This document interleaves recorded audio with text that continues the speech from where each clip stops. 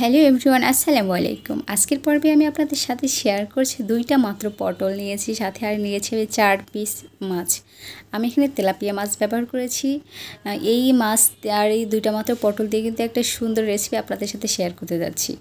তো কথা না বাড়িয়ে আজকের রেসিপিটা শেয়ার করা যায়। ফার্স্টে আমি এই মাছগুলোকে মাছের মধ্যে দিয়ে দিলাম সামান্য একটু মরিচ গুঁড়ো, ধনিয়ার গুঁড়ো আর দিয়ে দিলাম হলুদ গুঁড়ো। আরও দিয়ে দেবো একটু সামান্য লবণ। এরপর সমস্ত উপকরণ দিয়ে মাছগুলো 10 মিনিটের মতো মাখিয়ে রাখবো। এই 10 মিনিট মাখিয়ে রাখার পরে বা এই 10 মিনিট ম্যারিনেট করার ফলে মাছগুলোর মধ্যে মশলাগুলো কিন্তু খুব ভালোভাবে ঢুকে যাবে।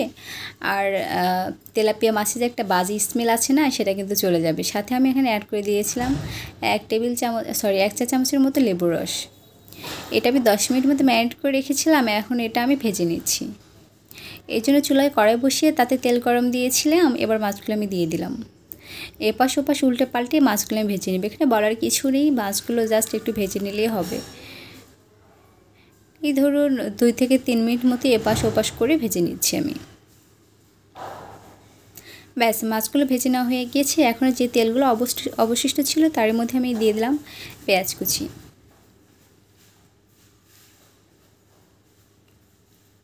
এখানে নির্দিষ্ট করে বলার কিছু নেই, আসলে আপনারা কতটা পেঁয়াজ দেবেন। আপনাদের একটা পেঁয়াজও দিতে পারেন, 2টা পেঁয়াজও দিতে পারেন। এখানে নির্দিষ্ট কোনো পরিমাপ নেই পেঁয়াজের, আপনারা চাইলে বেশিও দিতে পারেন। দেন এরপরে আমি এখানে এর সাথে অ্যাড করে দিলাম 1 চা চামচ করে রসুন বাটা, আধা চা চামচ দিয়ে দিলাম আদা বাটা, আর দিয়ে দিলাম আধা চামচ জিরা বাটা। এখন এই সমস্ত বাটা মশলা কিছুক্ষণ আমি ভেজে নিচ্ছি। ধরুন এই 2-3 মিনিটের মধ্যে ভেজে নিয়ে তারপর এখানে আমি অ্যাড করে দিব শুকনো বা গুঁড়ো মশলাগুলো। গুঁড়ো মশলার মধ্যে এখানে আমি দিয়ে দিলাম 1 চা চামচ লাল মরিচের গুঁড়ো, আর আধা চা চামচ করে দিয়ে দিলাম ধনিয়া আর হলুদ গুঁড়ো।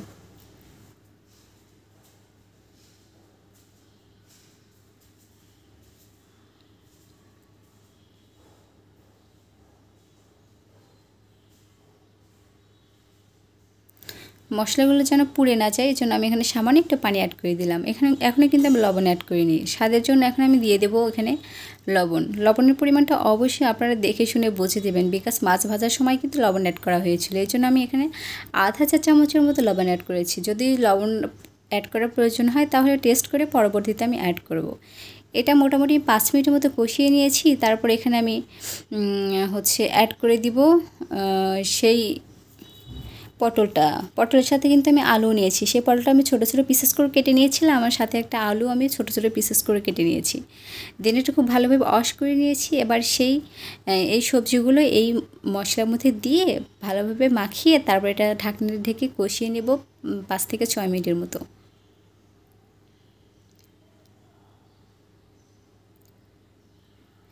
যে যেখান থেকে আজকে আমার এই ভিডিওটা দেখছেন তাদের কাছে আমার একটাই অনুরোধ রইল, যে যেখান থেকে দেখেই থাকেন না কেন, আশা করছি শেষ পর্যন্ত আমার চ্যানেলের সাথেই থাকবেন বা এই ভিডিওটির সাথেই থাকবেন।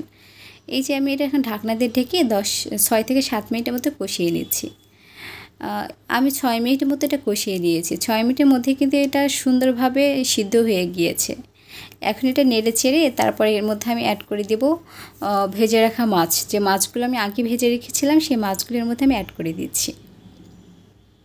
তার আগে আমি দিয়ে দিলাম 5 থেকে 6টা কাঁচামরিচ ফালি। কাঁচামরিচটা যদি আপনারা আগে অ্যাড করেন তাহলে কাঁচামরিচটা পুড়ে যাবে, আর কাঁচামরিচের যে একটা সুন্দর ঘ্রাণ আছে না, সেটা কিন্তু আপনি এটা রান্না করার পরে পাবেন না। বুঝতে পারছেন কাঁচামরিচ দেওয়ার আর টাইম কোনটা। আপনারা চাইলে এটা রান্নার প্রায় যখন নামাবেন তার 2 থেকে 3 মিনিট আগেও অ্যাড করে দিতে পারেন। এই পর্যায়ে মাছগুলো দিয়ে দিয়েছি। এখন এগুলোর মধ্যে ভালোভাবে মিশিয়ে নিয়ে তারপর আমি 1.5 কাপের মতো পানি অ্যাড করেছি। এবার আমি এটা রান্না করে নিয়েছি। ঢাকনা ছাড়াই রান্না করে নিতে হবে কিন্তু, বিকজ সমস্ত সবজি কিন্তু খুব ভালোভাবে সিদ্ধ হয়ে গিয়েছে। আমি 6 থেকে 7 মিনিট মতো এটা রান্না করে নিয়েছি। তারপর এটা আমি চুলা থেকে নামিয়ে নিয়েছি। আর আপনাদেরকে আসলে বলে বোঝানোর কিছু নেই, যদি আপনারা এটা এইভাবে রান্না করেন তাহলে আপনাদের কাছে আমি গ্যারান্টি দিচ্ছি খুব বেশি ভালো লাগবে।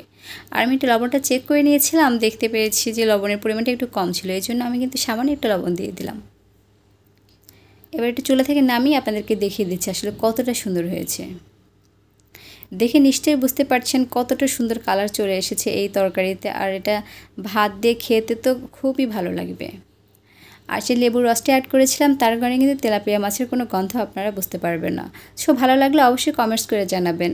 আবারও দেখা হবে নতুন কোনো ভিডিও নিয়ে আপনাদের সাথে। সে পর্যন্ত সবাই ভালো থাকবেন, সুস্থ থাকবেন। আল্লাহ হাফিজ।